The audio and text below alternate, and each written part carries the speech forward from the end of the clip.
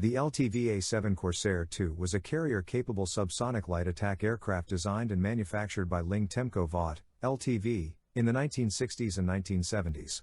It was derived from the Vought F-8 Crusader fighter and entered service with the United States Navy and Air Force in 1967. The A-7 was also exported to Greece, Portugal, and Thailand. The A-7 was designed to replace the Douglas A-4 Skyhawk as a low-cost, high-performance attack aircraft that could deliver a variety of weapons with high accuracy and reliability.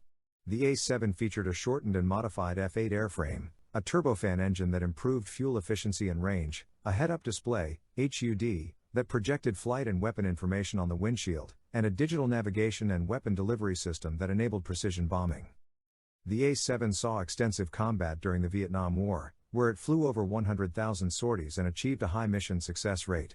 It also participated in the 1980 Iranian hostage rescue attempt, the 1983 invasion of Grenada, the 1986 bombing of Libya, and the 1991 Gulf War. The A-7 was retired from active service in 1991 by the U.S. Navy and in 1993 by the U.S. Air Force. It was replaced by the McDonnell Douglas FA-18 Hornet and the General Dynamics F-16 Fighting Falcon respectively.